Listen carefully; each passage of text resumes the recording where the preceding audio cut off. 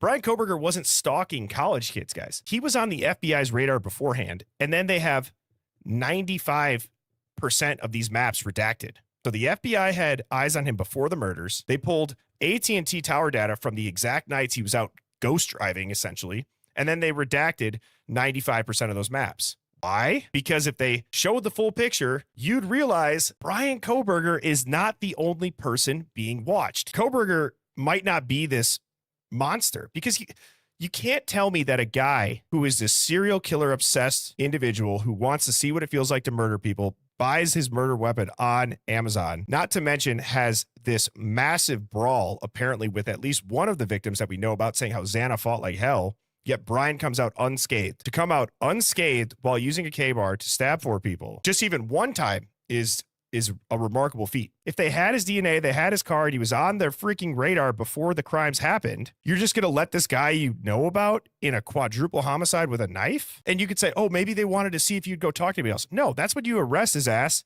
You put him in a cold room and interrogate the shit out of him. So what I'm trying to say is Bryan Kohberger may not have been a monster or doing anything that should have led people, if we were told the truth about what was going on. And 4 people ended up dying. Feds buried the evidence, and then they called in the mainstream media to just sanitize it. That was not a search for justice.